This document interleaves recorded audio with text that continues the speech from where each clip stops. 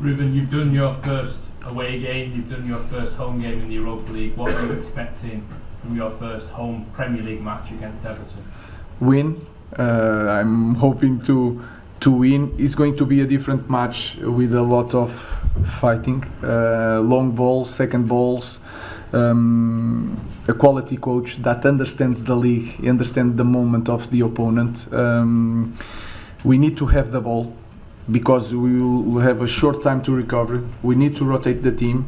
So I'm hope for a win, and I hope to see different things in my team improve like we did from Ipswich to now with Everton without training, but I expect to see different things and better things. Richard. Hi Ruben, I wanted to ask you about Diogo Dalot. Obviously made a big difference tonight. I wanted to see, he's with United's player of the season last season. I want to see what you kind of have been looking forward to working with him. What can you be a big part of this system as a wing back? Yeah, it's very powerful. We have to rotate him sometimes because he looks like always fresh, but he's not like that. He's not a machine. I think he plays better on the right, and we will manage to put him also on the right. But he's a very good player, very powerful, that can play both sides. Nowadays, a player that can play both sides is like it's perfect, because you can put him in different positions. So I expect the same that last year that you saw. A great player that can help the team, and he's really a team player and can feel it in every play, the way he lives the game. So it's very important for us. Jamie. Hi Ruben. I think everyone understands you've got a difficult job coming in sort of midway through the season. How can you compensate for the lack of time? Can you maybe do, I know you don't have much time because it's about recovering, can you maybe do double training sessions or more videos? Is there any way you can sort of speed up the process, or is it just impossible? No. Football. I was a football player. Football players videos more than 12 minutes, forget. They will lose the concentration.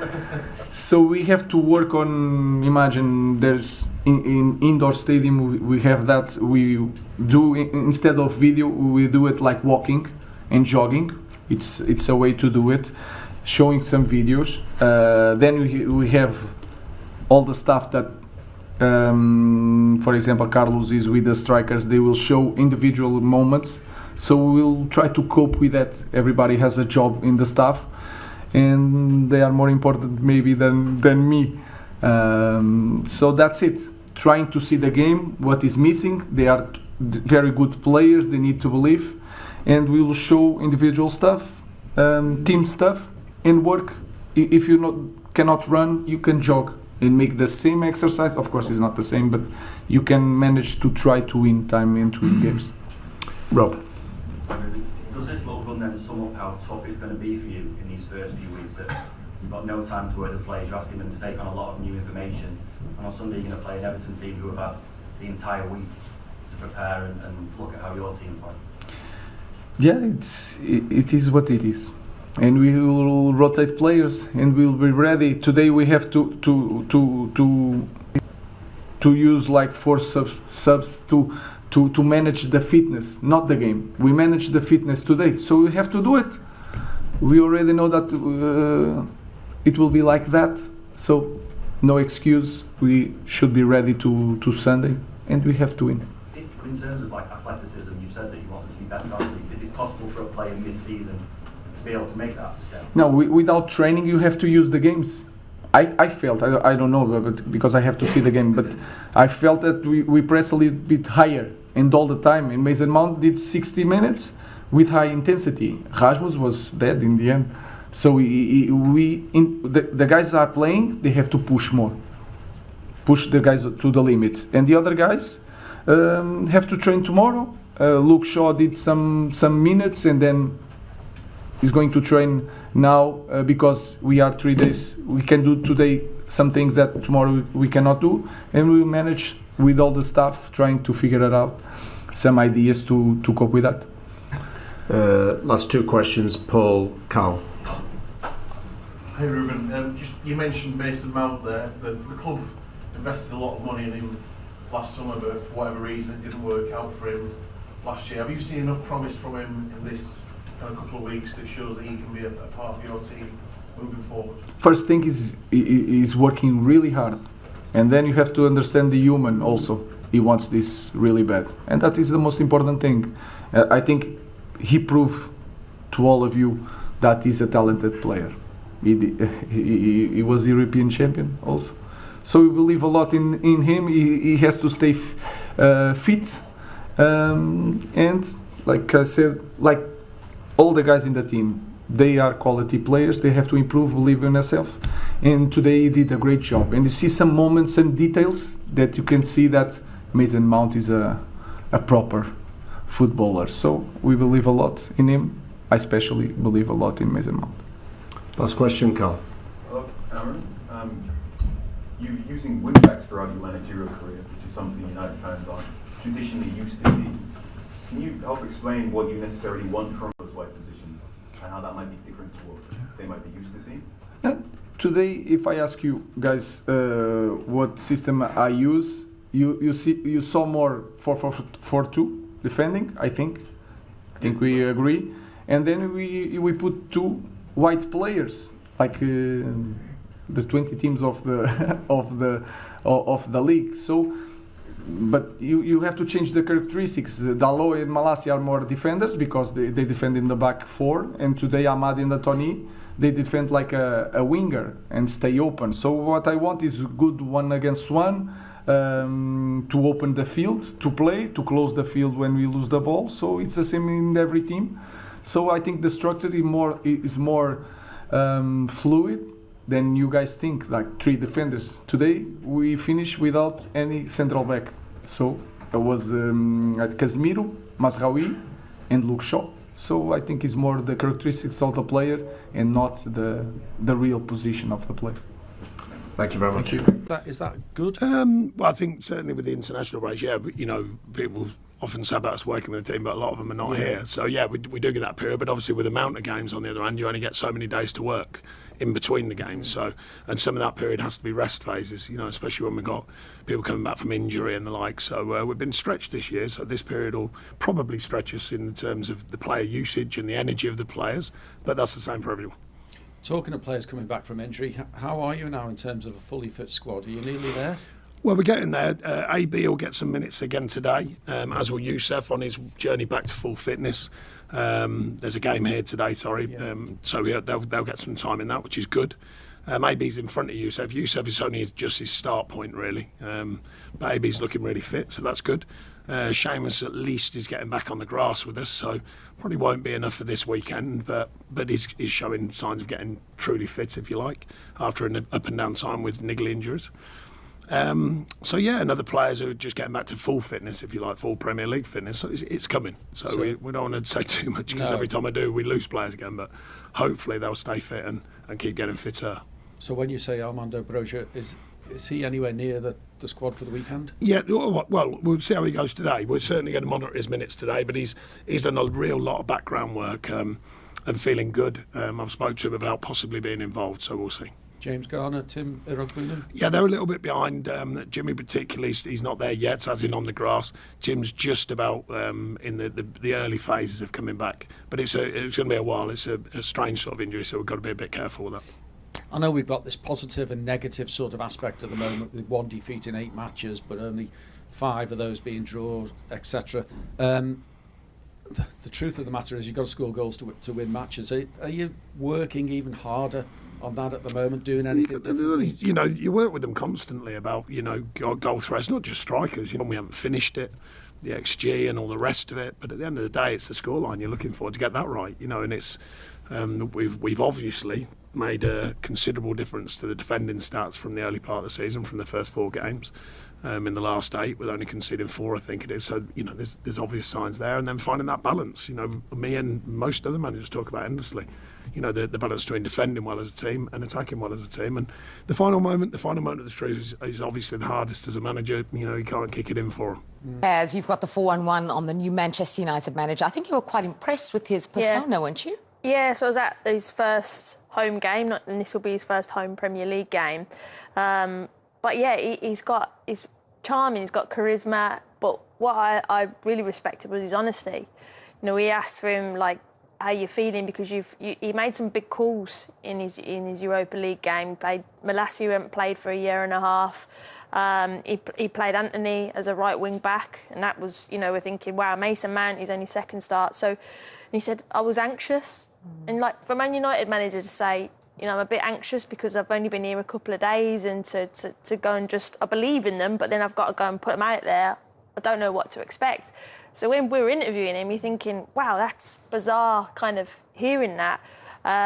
But he was charming, and I think he's everything the fans will love, and I think everyone will really admire him, and looking forward to seeing what he does in the Premier League.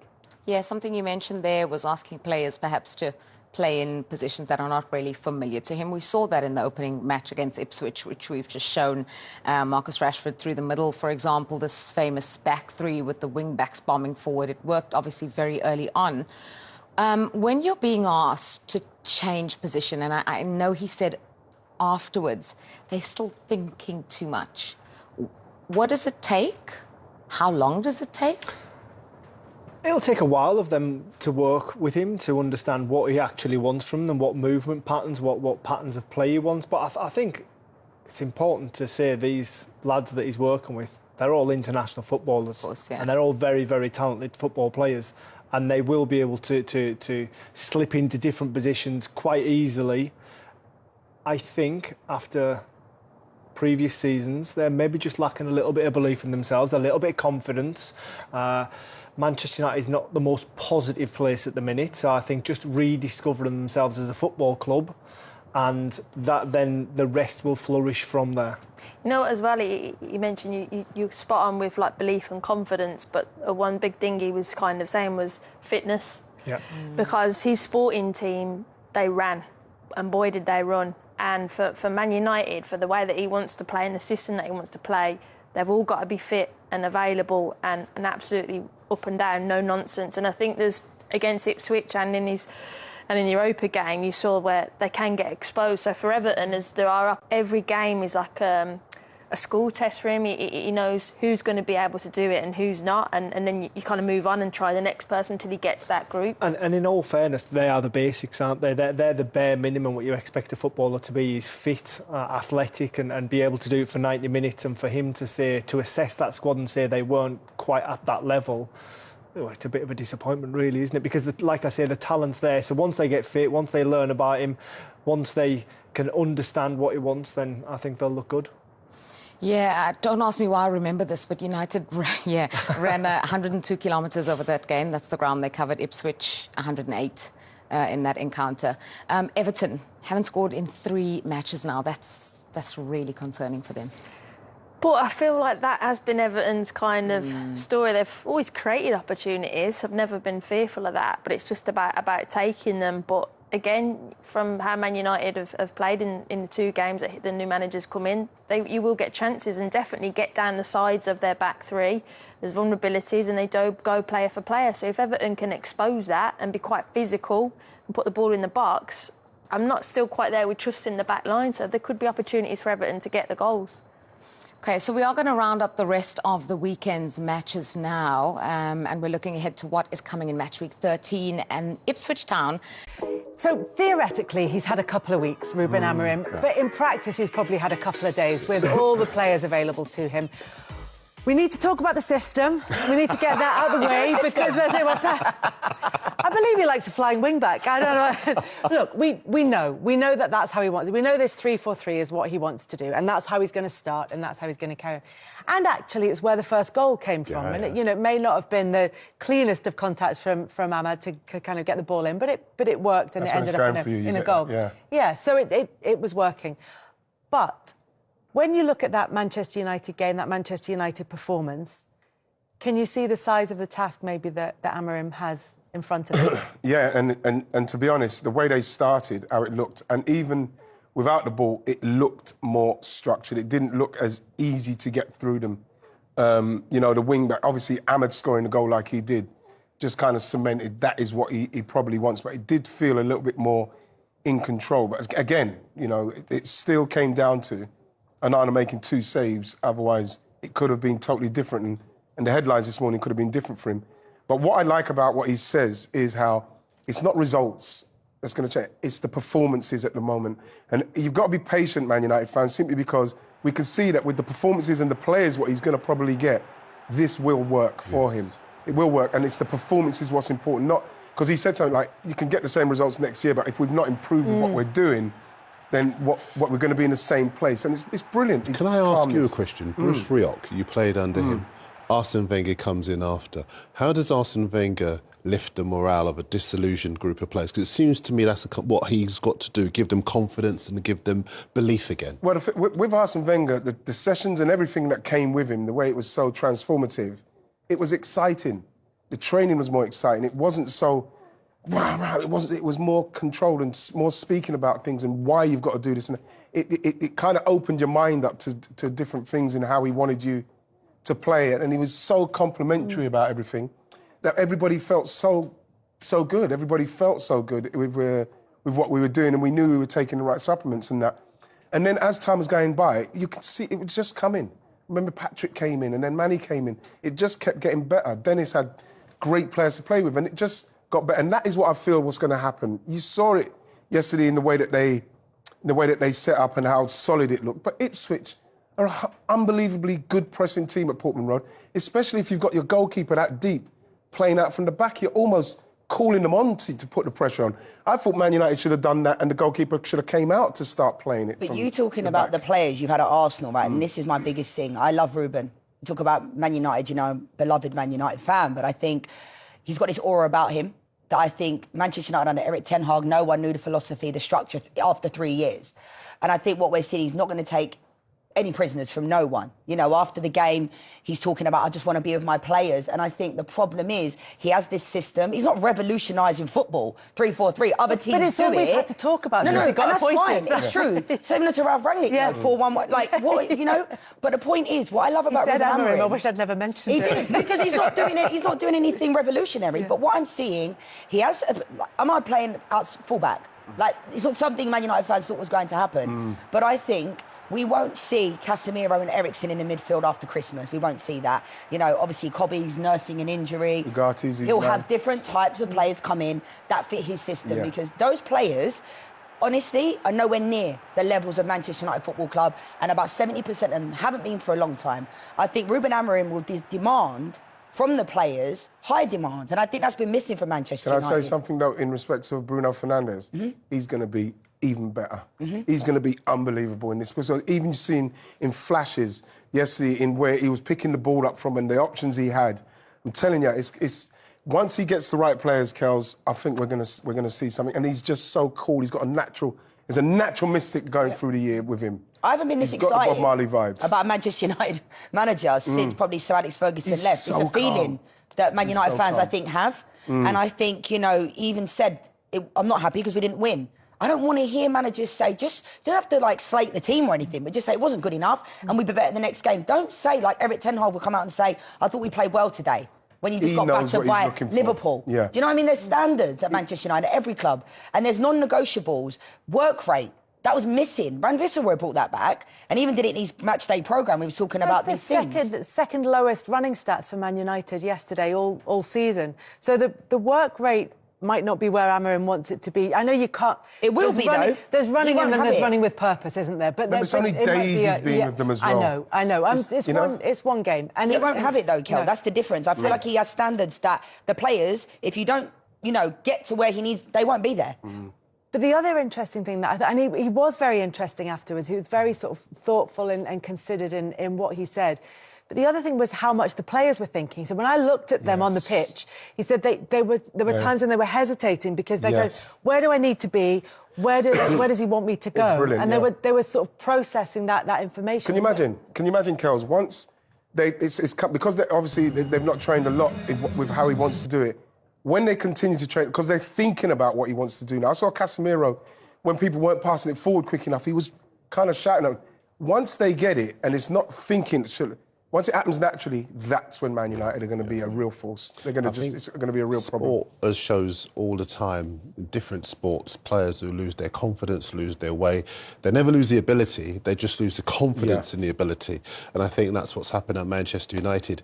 I think there are precedents for And I'm always a fan of when a manager comes in and improves the squad that's already there, as opposed to bringing in quality. We saw that with Unai Emery at Aston Villa when he took over from Steven Gerrard in the Premier League. And he got them to believe in themselves and he got them to do the simple things well. And we've seen that Jurgen Klopp when he went to Liverpool, where he took them from a disillusioned side into being a superpower. Actually, we saw that with Brendan Rodgers, who challenged for the title with Liverpool, took them from 9th place to the brink of the title. So I think that's not going to happen with this group of players, but I do think he's going to get them believing in themselves again, because they look as though they've lost that. And I know he said to you, Kelly, didn't he, that they were thinking too much about some of the things that used to come naturally. And that's why I'm so excited. In the back of the net, though, Darren. Oh, they need a lot. Like, there are a lot that they need, but they won't be Xerxes. able to do any of that until they start believing in their game. And the way they're going to build up. And the way they're going to build. And also, he talked about Mason Mount being a really crucial player, and he obviously wasn't fit enough to start the game, but did make a sort of appearance with, I don't know, 5 minutes to go or so yesterday. But he'll be a player who works in that front three, which he did really well when he was at Chelsea as well. But in terms of it clicking, we saw those games. There's a couple of European games where you think, well, they should be fine there. But their Premier League fixtures are not straightforward for Manchester United. So they're going to have to learn on the job. They're going to have to learn what their roles are. They're going to have to learn what Amorim wants from them. And they're going to have to do it in really tough situations where they don't have a minute to think on the pitch. No, but I think the problem with Manchester United as well is the quality of the individual players. You know, like I said, there's certain things that all professional footballers can do. Pass, you can track back, you can defend. You know, the basics of football, and I think that's been missing at Manchester United. A lot of the players have struggled to do the fundamental basics of playing. Now, the fixtures don't bode well, but what I will say, no pun intended on that first one, but, you know, I think Manchester United fans want to see, you know, it maybe you have to lose some games in order to show that what you can do, you know, to improve. I don't know how to explain it. No, Manchester United fans will be patient. But you know, they will be patient. That goes back to what I was saying about, for example, with Arsenal, where I remember when Arteta came in, they were all over the place, and he got them believing in themselves. And the ones who couldn't do it, he systematically moved them out and brought in players that could. I think you're right. There is a short space of time for him to do what he wants, but actually, I prefer him to get them to learn on the job, as opposed to, let's rip this season up and let's wait until next season. You're Manchester United, you don't have the time to do that. You know, the thing is that I think that because Man United were 14th in that when it was all happening and he's coming in, I think these, he gives me the impression and the air of somebody that's been, you've got time, just do your stuff. Play that's his formation, he said when he took the job. That's how I know how to play and that's how we're going to play. I believe once he gets his players in and they start getting it, I think it is a free hit against these teams for the rest of this season, because Man United were in 14th. Yeah. You know, so whatever he gets from the end of this season is only going to stand him in good stead for the summer, because if it does finish well for him, they're going to probably give him whatever he wants. And in some respects, so you're saying that anything higher than 14th is a good finish for Manchester United? Well, top half or what? No, this season. This season, I think if Man United can blast themselves up into 6 and all that, it's perfect for what they're doing with a new manager. So 6? Depending on who they were. I'd probably at give this Man moment United in time. 6 easily. What I will say, though, with Ruben, I think you can see he was processing after the game. You can see he's a thinker, and he's probably thinking, OK, now I know what I need to do. Because I think he's obviously only had a couple of days with the players, but you can kind of see it was almost like an experiment for him, because we know football now has become a little bit more tactically astute. You know, players have to be told to go here, go there, whereas sometimes the players need to take responsibility themselves. But I think Ruben Amorim, I also don't think he realised the magnitude of this job. Because he mentioned it to you, Kel, didn't he? Like, I've done more interviews in this week than I ever did at 4 years at Sporting. That is what it means to be the Man United manager. And he still looks very cool and very calm. And that will settle a little bit for him. I don't think it will, though. Especially if he has to keep doing it with Ed Sheeran. Will be intense, and Ed Sheeran was at the great game yesterday. He came in to join it. Ed Sheeran's apologised as well for kind of barging in on Ruben Amorim's interview. The thing about it is that, you know, Ed's amazing in that, but you can imagine Ruben Amorim must think, what's going on? You know, his first game for United and that happens, but you know something. He stands pitch side and one of the biggest pop stars on the planet comes in. You could see that. Ruben. He was fuming. And I love that. And he's a serious man. Welcome to Manchester United. Welcome to the Premier League. I love that about him. I love that about him. He's serious business. Yeah, he is, and he was very serious, and he does have a big job on his hands at Manchester United, but those media commitments that he talked about, they will ease up. He's the new kid on the block, isn't he? And that's, to be honest, he's at Man United. we've not really talked about Ipswich, which feels unfair because it was a good performance from them, and they're doing really good things and interesting things under Kieran McKenna. But this is welcome to Manchester United. It is. I mean, listen, when you're Manchester United, I remember when I go into the Asia Trophy, Premier League Asia Trophy, I think it was 2016-17, with Liverpool. And Jurgen Klopp agreed to do an interview with 4 or 5 of us tabloid journalists who'd come with. And the press officer said, look, can you make it quick? He's got another 55 interviews that he's got to do. Right. That's Liverpool, right? Manchester United, it's even more. It's even more intense, and you've got to balance that with restoring them to where they were. So it's going to be difficult for him. But I think, you know, he's 39 years old, he's energetic, he's energised, and I think he's got the capacity to be able to do that. I think he'll pick and choose what he does, but those demands, everybody wants to know about Man United, and I think he's made them box office again. I just did feel for him when he said, I just want to go and work with my players. Well, good luck with that. Well, that's it. A spicy start to match week 13 and so much more to come. Let's get into our preview. The big news earlier today, Leicester City appointing Ruud van Nistelrooy as their new manager to replace Steve Cooper, who was sacked last week. The Dutchman took charge of Manchester United on an interim basis last month and beat Leicester in 2 of his 4 games. So let's hear from the new Fox's boss. Well, Ruud, thank you very much for inviting us into your home. And also, welcome to Leicester City, of course, as manager. How do you feel to be sat as manager of a Premier League team? Yeah, I'm proud. I'm excited. I think it's everybody that I speak to about Leicester City Football Club is enthusiastic, has great stories about the quality of the people working in the club, the supporters. Also, of course, the recent history of the club is impressive.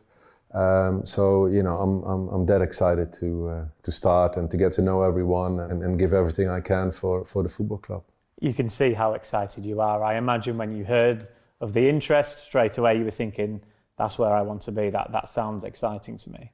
It did, straight away. And of course, when you're in football a long time, you know so many people. And that's what I said, the stories about the club and its people and the supporters, that's always positive. And it's a stable club. You see within the leadership structures that it's all, you know, good and organized and with an idea. So also the squad, of course, is exciting, you know, with young emerging talents there, also experienced players, a good mixture.